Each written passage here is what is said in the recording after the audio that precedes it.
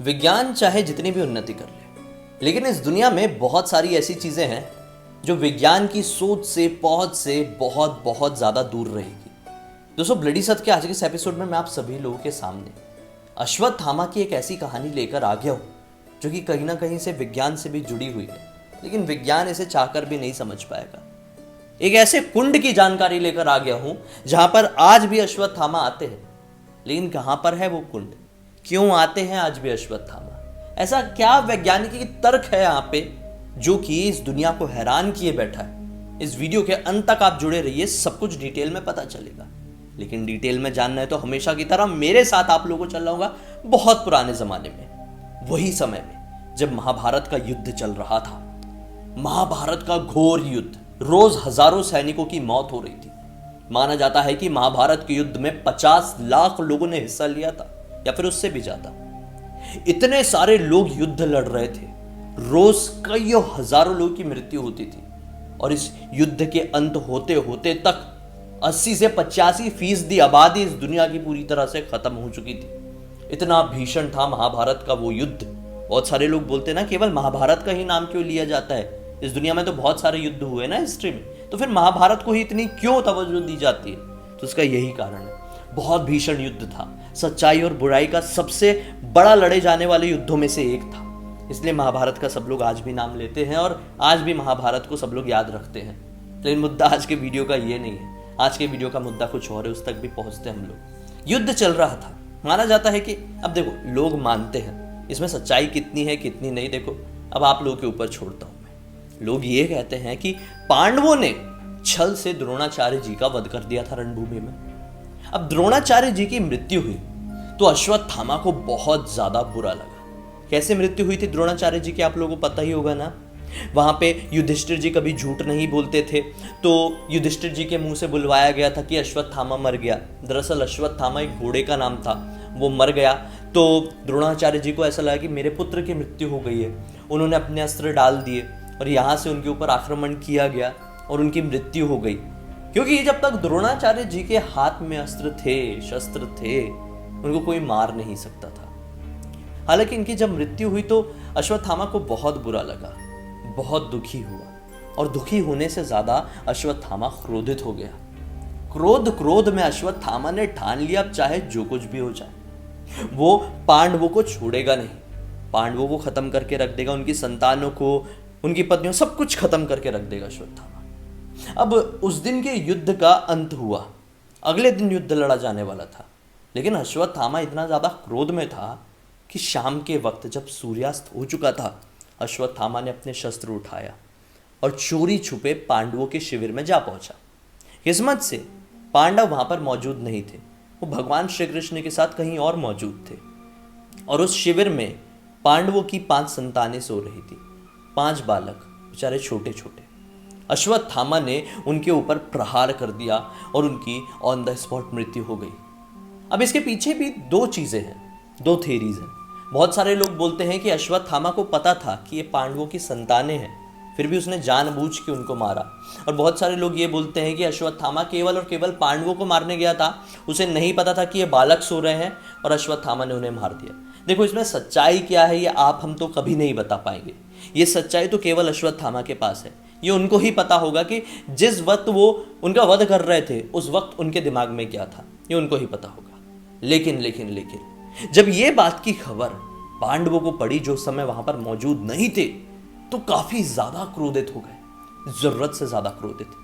क्रोध में भीम जी वहां पर आए, अपना गदा उठाए और सीधे अश्वत्थामा के ऊपर आक्रमण करने के लिए आगे बढ़ गए। अब भीम जी का रूप इतना रौद्र, 1000 हाथियों की ताकत थी, और भीम जी का गदा, ये तो सवाल ही मत करो, इतना ज्यादा ताकतवर कि इनके एक प्रहार से ही ना जाने कितने 1000 सैनिकों की एक बार में मृत्यु हो जाती थी।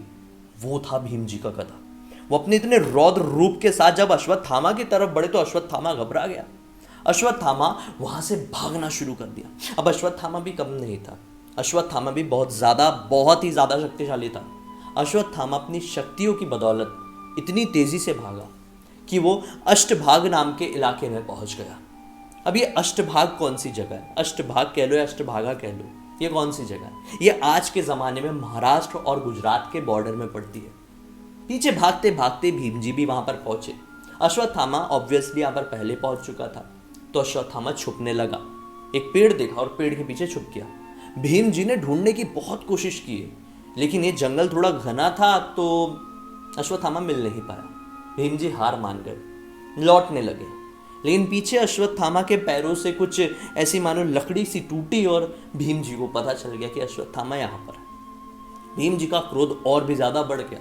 वो फिर से अपना गदा उठाया और बढ़ गए अश्वत्थामा की तरफ। अब दोनों के बीच में गदा युद्ध शुरू हो गया। यह युद्ध बहुत देर तक चलता रहा। कोई नहीं हार रहा था, न अश्वत्थामा और ना ही भीम, क्योंकि दोनों के पास बहुत ज्यादा ताकत थी। अब यहां पर भीम जी काफी ज्यादा क्रोधित हो गए।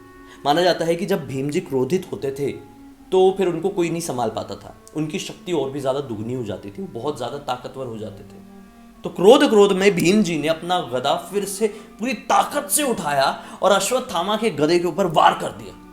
ये प्रहार इतना ज्यादा खतरनाक था, इतना ज्यादा ताकतवर था कि अश्वत्थामा के हाथों से उनका गदा जमीन पर गिर गया।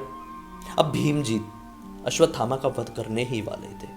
उन्होंने वापस से अपना गदा उठाया और पूरी ताकत से अश्वत्थामा के ऊपर प्रहार किया कि अश्वत्थामा पीछे हट गए। लेकिन ये प्रहार खाली नहीं गया, पूरी ताकत से वो जो प्रहार था जमीन पर गया। जमीन पर वो गदा पड़ा भीम जी का। वो प्रहार इतना ज्यादा खतरनाक था, जैसे मैंने आप लोगों को बताया कि उस जमीन में गड्ढा हो गया, उसमें पानी आने लगा। हालांकि इन दोनों की युद्ध की बात करें तो अश्वत्थामा फिर यहाँ से भागना शुरू किए, क्योंकि वो निहत्थे हो गए थे। उनके पीछे भीम जी भाग रहे थे। वहां पर श्री कृष्ण आ गए, भीम जी को रोके, बोले कि ये नियमों के अधीन नहीं आता है, ये आप गलत कर रहे हैं, आपको रुक जाना चाहिए। कल युद्ध वापस से शुरू होगा तो कल आप अश्वत्थामा को सबक सिखा सकते हैं, लेकिन अभी नहीं, ये नियमों के विरुद्ध है। अभी आप अश्वत्थामा को छोड़ दीजिए और चलिए मेरे साथ। बहुत मुश्किल से श्री कृष्ण ने भीम जी का गुस्सा शांत किए, क्योंकि श्री कृष्ण की बात सभी लोग मानते थे और सबको पता था श्री कृष्ण कौन है। तो भीम जी को वहां से लौटना पड़ा। लेकिन यहां पर एक कुंड का निर्माण हो गया। यह कुंड माना जाता है कि तब से लेकर आज तक महाराष्ट्र और गुजरात की उस बॉर्डर में है। और इस कुंड के बाजू में एक और कुंड है जिसका नाम है अश्वत्थामा कुंड। एक कुंड वो जो कि भीम के गदे के प्रहार से बना था, उसकी जो कोई भी तस्वीर खींचने की कोशिश करता है ना, वो तस्वीर कभी कैप्चर ही नहीं हो पाती है।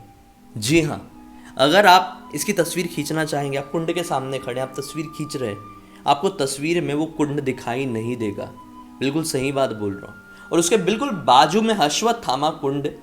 अश्वत्थामा कुंड में आज भी लोग जाते हैं और तेल चढ़ाते हैं, हल्दी चढ़ाते हैं। अब जब लोगों से कारण पूछा जाता है कि भाई आप लोग ये क्यों करते हो, एक कुंड में तेल चढ़ाने का क्या अर्थ होता है, तब वो लोग बताते हैं कि यहाँ पर अश्वत्थामा स्वयं आते हैं तेल लेने के लिए, हल्दी लेने के लिए। आप सभी लोगों को पता होगा ना वो वाली कहानी जो मैंने कई बार बताया हूँ, और मुझसे भी नहीं भी देखे होगे तो आप लोगों को पहले से पता ही होगा कि श्री कृष्ण ने कैसे मणि निकलवा दिए थे अश्वत्थामा की, खुद ही निकाल दिए थे अपने सुदर्शन चक्र की मदद से, क्योंकि अश्वत्थामा ने उत्तरा के गर्भ में ब्रह्मास्त्र चला दिया था और उसमें परीक्षित जी थे, तो क्रोध में आ गए थे श्री कृष्ण जी और अश्वत्थामा को श्राप दे दिया था कि तुम्हारी मृत्यु नहीं होगी और तुम अमर रह जाओगे, है ना। तो माना जाता है कि श्री कृष्ण ने ये कहा था कि ये जो मणि निकाली गई है ना, इसकी जो पीड़ा है वो हमेशा बनी रहेगी और तुम हमेशा सदैव ये कोशिश करते रहोगे कि इसकी पीड़ा को कैसी कम की जाए। तुम कभी किसी इंसान के सामने आओगे तो इंसान तुमसे बहुत ज़्यादा घबरा जाएंगे। तो लोगों का यही कहना है, यहाँ पे जो लोग तेल चढ़ाते हल्दी चढ़ाते हैं, कि यहाँ पर हम लोग तेल और हल्दी इसलिए चढ़ाने आते हैं कि अश्वत्थामा इंसानों के पास इतनी आसानी से नहीं जाएंगे। अगर हम लोग यहाँ पर हल्दी तेल रख देंगे तो अश्वत्थामा आएंगे और लगाएंगे। और लोगों का मानना है, आसपास के लोगों का ये मानना है कि अश्वत्थामा आते हैं, हर रात में यहाँ पर आते हैं और हल्दी तेल लगाकर वापस लौट जाते हैं। अगर दोस्तों इस बात में सच्चाई नहीं है तो ऐसा क्यों होता है कि इन कुंडों की तस्वीर जब कभी भी खींचने की कोशिश की जाती है वो तस्वीर नहीं आ पाती है? क्यों ऐसा होता है? जो आप लोग इस वीडियो में तस्वीर देखे हैं जो मैंने यूज़ किया हूँ वो ऑब्वियसली उस जगह की नहीं है, वो दूसरे कुंडों की है। मैंने रेफरेंस के लिए, कुंड बताने के लिए, समझाने के लिए आप लोगों को दूसरे कुंडों की तस्वीर दिखाया, क्योंकि उसकी तस्वीर तो आ ही नहीं सकती है। हालांकि उस जगह पर मैंने विजिट नहीं किया हूँ, लेकिन मैं करना चाहता हूँ। दोस्तों मौका मिले तो आप लोग भी ज़रूर जाइए और हो सके तो वहाँ पर हल्दी तेल भी चढ़ाइए, क्योंकि लोगों का मानना है कि अगर हम अश्वत्थामा जी की पीड़ा कम करने में थोड़ा सा भी अपना फर्ज निभा देंगे तो हमको बहुत बड़ा पुण्य मिलेगा, मनोकामनाएं ज़रूर पूरी होगी दोस्तों। यहाँ पर आप लोगों को महाभारत का एक ऐसा अटूट प्रूफ, एक ऐसा सबूत देखने को मिलेगा जो आपके रोंगटे खड़े करके रख देगा दोस्तों। अब तक इस वीडियो को देख लिए तो लाइक ज़रूर कर देना, चैनल को सब्सक्राइब करके बेल आइकन दबा के ऑल के ऑप्शन में क्लिक करना, क्योंकि इसी तरह के हैरान कर देने वाले अनोखे से और डिफरेंट वीडियोस आप लोगों के सामने डेली लेके आते रहता हूँ। इंस्टा की लिंक इस वीडियो के डिस्क्रिप्शन बॉक्स में मिल जाएगी भाई, क्लिक करके डायरेक्टली वहाँ पर पहुँच जाना। और इसी तरह की कोई भी कहानी या टॉपिक है तो लिख भेजना, हो सकता है मेरा अगला वीडियो आप लोगों की कहानी या टॉपिक के साथ ही बन रहा हो। चलिए कल फिर से मिलते हैं, तब तक के लिए बहुत बहुत धन्यवाद। आप लोगों का दिन शुभ हो। जय श्री कृष्ण, हर हर महादेव।